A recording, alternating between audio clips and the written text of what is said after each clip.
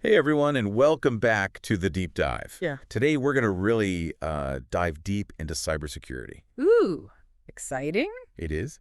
And specifically, we're going to be looking at this new phishing campaign that's been targeting Coinbase users. Yeah, I know. this one's really interesting. Yeah, it is. And, trying to stay on top of all the latest scams, it can feel like a full-time job, Yeah, especially in the world of crypto, which moves so fast. right. But this deep dive is going to equip you with all the knowledge you need to spot this particular scam Yes. and also understand the broader security principles so you can protect yourself in the future. Absolutely. Oh, What I think is so fascinating about this scam is that it kind of uses this reverse psychology. okay. Instead of trying to steal your recovery phrase, Right. they're actually giving you one. Okay, that sounds a little counterintuitive. Right. Why would they give you a recovery phrase? I thought that was like the keys to the kingdom It is. for your crypto. Yeah, so a recovery phrase is basically a human-readable version of your crypto wallet's private key, I got it. and whoever has that controls your funds. Right. So this scam really preys on the fact that most people are like so hyper aware of protecting their recovery phrase. Right. They're like, don't give out your recovery phrase. Right. Don't let anyone see it. Right. So by offering one, they really catch people off guard. Ah, I see. So you're thinking, oh, great, Coinbase is sending me a backup. Right. But in reality, you're handing over the keys to your wallet to a scammer. Wow, that is devious. Yeah. And that's scary because it seems like that could even work on somebody who is generally pretty careful about security. Absolutely. Yeah. And to make matters worse, this phishing email is very, very convincing. Really? It actually passed several email security checks. How is that possible? Well, because it was sent directly through legitimate services. Yeah. These checks, called SPF, DRRC, and DKIM, are designed to verify the sender's identity. But in this case, the scammers use these platforms that are actually reputable, so it made the email appear legitimate even though it wasn't. So even if your email provider is doing its best to filter out spam, this kind of sophisticated scam can still slip through. Exactly. And that's why it's so important to be vigilant and not just rely on these automated checks. You really have to be your own first line of defense. Absolutely. So let's talk about some red flags. What should people look for to avoid falling for this? So the first thing is to really scrutinize the sender's email address. Right. Even if the display name looks like it's familiar, make sure the actual email address matches the company's official domain. Right. So in this case, it might appear to be from Coinbase, but the address would be slightly different. Got it. Yeah. Speaking of security, this is a great time to mention our sponsor for this deep dive, Stonefly. Oh, yes. They are a leader in enterprise storage, backup, and disaster recovery, and they also offer AI storage and cloud solutions. Yeah, and if you're looking for secure, ransomware-proof storage, they've got some fantastic solutions, including air-gapped and immutable storage. That's so important because immutable storage means that once the data is written, it can't be altered or deleted. Wow. Even by somebody with administrative access. So it's a really great way to protect against ransomware attacks. That's huge. And if you're interested in learning more about how Stonefly can help you protect your valuable data, you could reach out to their sales team at sales@stonefly.com to schedule a demo. Great. All right, so back to this Coinbase scam. What has been Coinbase's response to all of this? They were pretty quick to address it. Oh, good. They actually posted on social media stating that they would never send out recovery phrases to their customers. Okay, well, that's good to know. I guess that kind of underscores the importance of following official company channels, right, and their communications. Absolutely, because that way you're getting the information straight from the source. Right from the horse's mouth. And remember, reputable companies will never ask you for sensitive information like recovery phrases through email. Okay. So if you get any unsolicited email that's asking for this information, that's a huge red flag. So what if, despite all of our warnings, somebody listening right now Yeah. actually falls victim to this scam? What should they do? So the most important thing is to act fast. Sure. If you have any funds left in the compromised wallet, transfer them immediately to a new secure wallet that only you control. Right. Because once the attacker has that recovery phrase, they can drain the wallet in a heartbeat. So speed is key. Exactly. Yeah, like a game of hot potato. Yes. Get rid of those compromised assets. ASA. And then report it to Coinbase. Yes. And any relevant authorities because they might be able to track the stolen funds or offer assistance. That makes sense. So let's say you do everything right, you're careful, you're double-checking sender addresses, you're not falling for any suspicious requests. Are there any other steps you can take to kind of be extra safe? Like, are there any proactive things that you can do to protect yourself from these kinds of attacks? Yeah, so enabling two-factor authentication, or 2FA, Okay. on your Coinbase account, or really any other platform that supports it, Right. adds that extra layer of security. Right. So even if someone gets your password, they can't access your account without that second factor, Okay. which is typically a code that's sent to your phone or through a separate authentication app. Got it. So 2FA, it's like having a double lock on your digital front door. Exactly. It makes it way harder for those attackers to get in. Makes sense. What else? Keeping your software up to date is really crucial because these software updates include security patches that address any known vulnerabilities.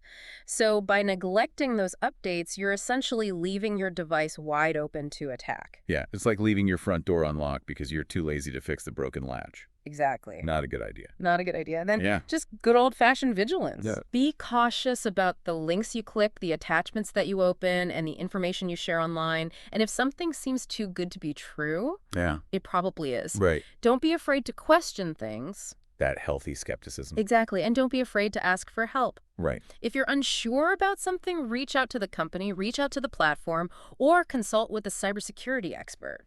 Yeah, and this reminds me of something else that Stonefly does really well, and that's their robust backup and disaster recovery solutions. Yes. So Funny. even if you're doing everything right, sometimes things happen. Right. Having that backup strategy in place can be a real lifesaver. For sure. If you fall victim to a cyber attack or you experience data loss, Right. they offer various options, from cloud backups to on-premise solutions. And remember, you can contact their sales team at sales@stonefly.com for a demo and to find the perfect solution for you. Great tip. So it sounds like even in this constantly evolving landscape of threats, there are concrete things that we can do to protect ourselves.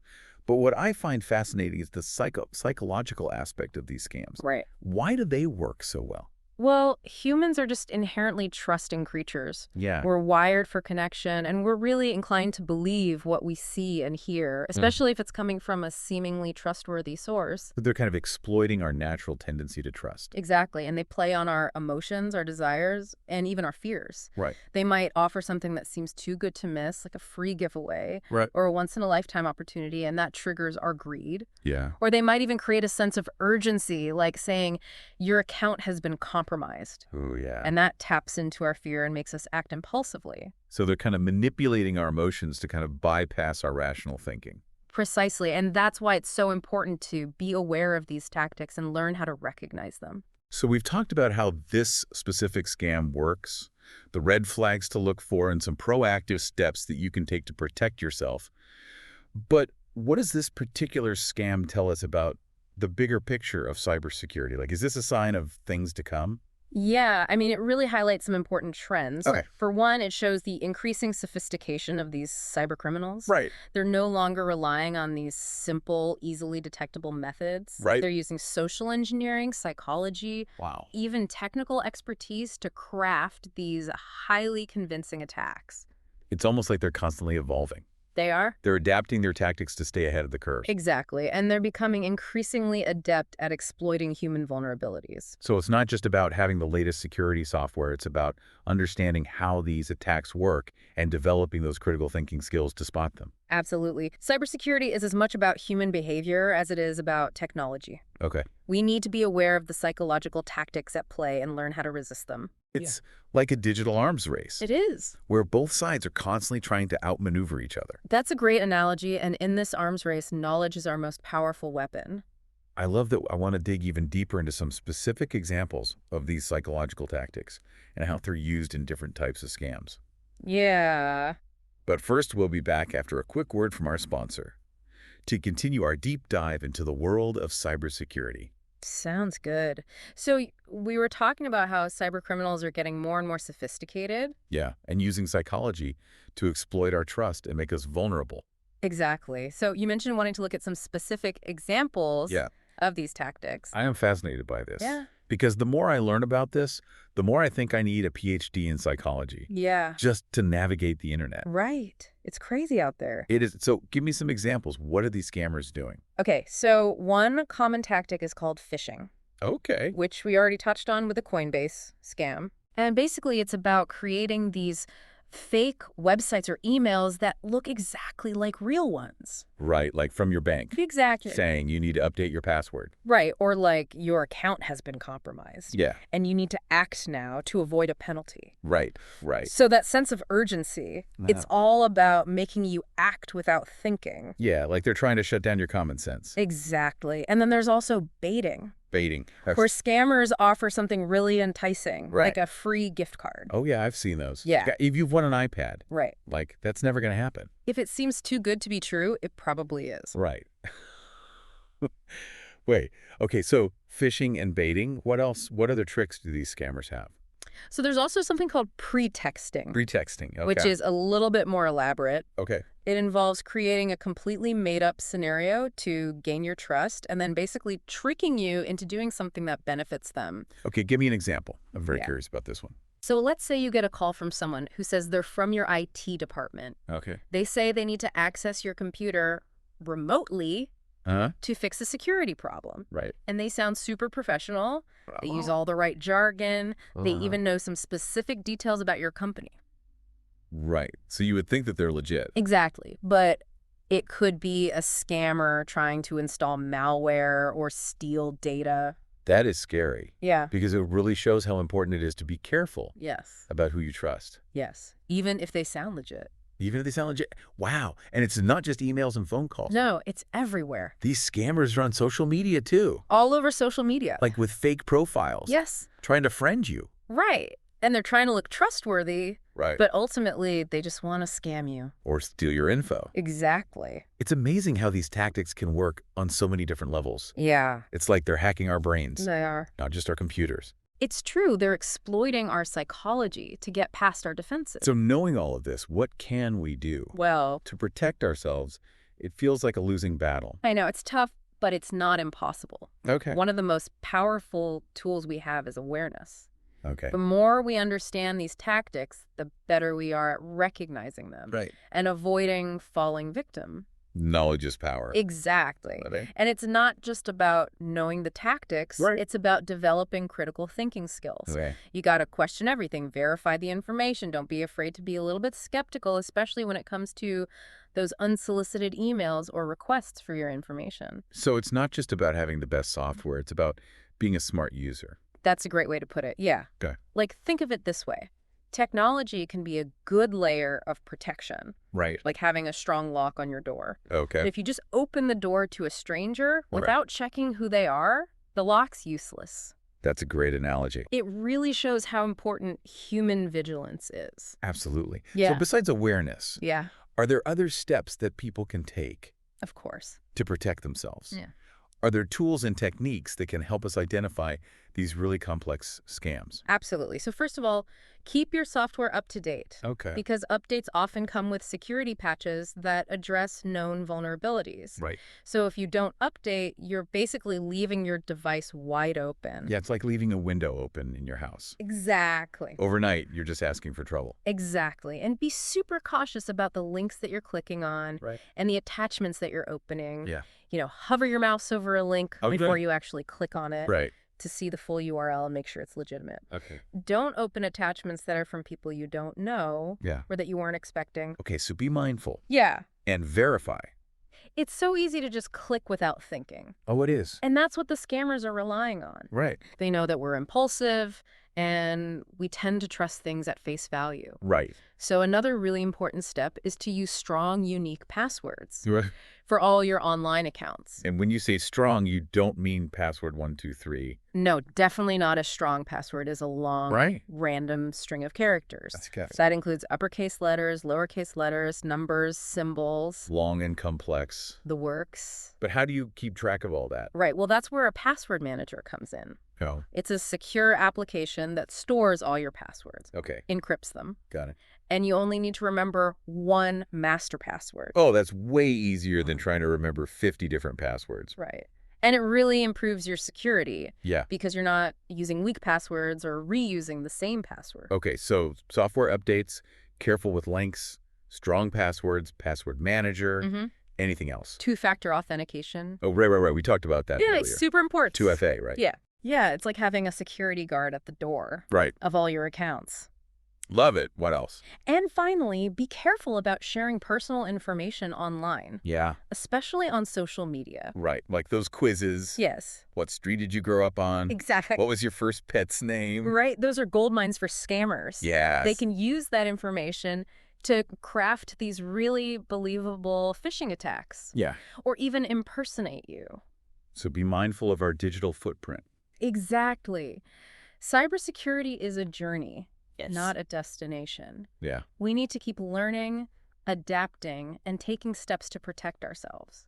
You're right. This has been really eye-opening. It feels like we've only just scratched the surface Yeah. of this really complex topic. Yeah. But I do feel like I understand the psychology behind all of this a lot better Good. and the steps that I can take That's great. to stay safe. Awesome. But remember, Yeah. even if you think you're super tech savvy Right. and you think you're immune to this stuff, we are all susceptible to social engineering. Absolutely everyone. Yeah. It's like they say, an ounce of prevention is worth a pound of cure.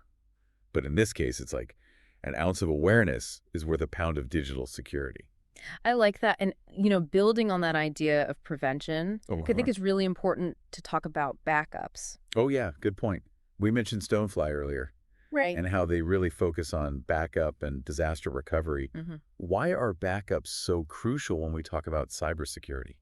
Well, even if you're doing all the right things, Right. you could still fall victim to a really sophisticated phishing attack. Right. Your device could be compromised. Right. You could even just lose data accidentally. Right. So having that backup strategy in place can really be a lifesaver. Yeah, like an insurance policy for your digital life. Exactly. If something goes wrong, you have a way to restore that data Right. and really minimize the damage. And that's where companies like Stonefly come in. That's Right. They offer all sorts of backup and disaster recovery solutions, including air-gapped and immutable storage Right. to protect your data from ransomware attacks, Exactly. which is huge. We were talking about immutable storage earlier Yes. and how it basically creates a copy of your data that can't be messed with. That's right. It can't be encrypted or deleted by ransomware. Right. So that gives you huge peace of mind. Huge peace of mind. And then air-gapped storage goes even further Yeah. by physically isolating your backup data. That's right.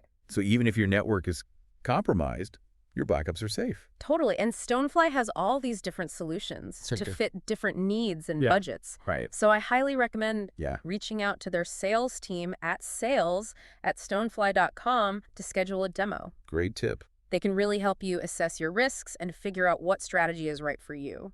So we've talked about a lot today. Yeah. The different tactics that these cybercriminals are using, the Right. psychology behind those tactics, and some specific steps that we can take to protect ourselves. Yes. But I want to leave our listeners with something to think about. Okay.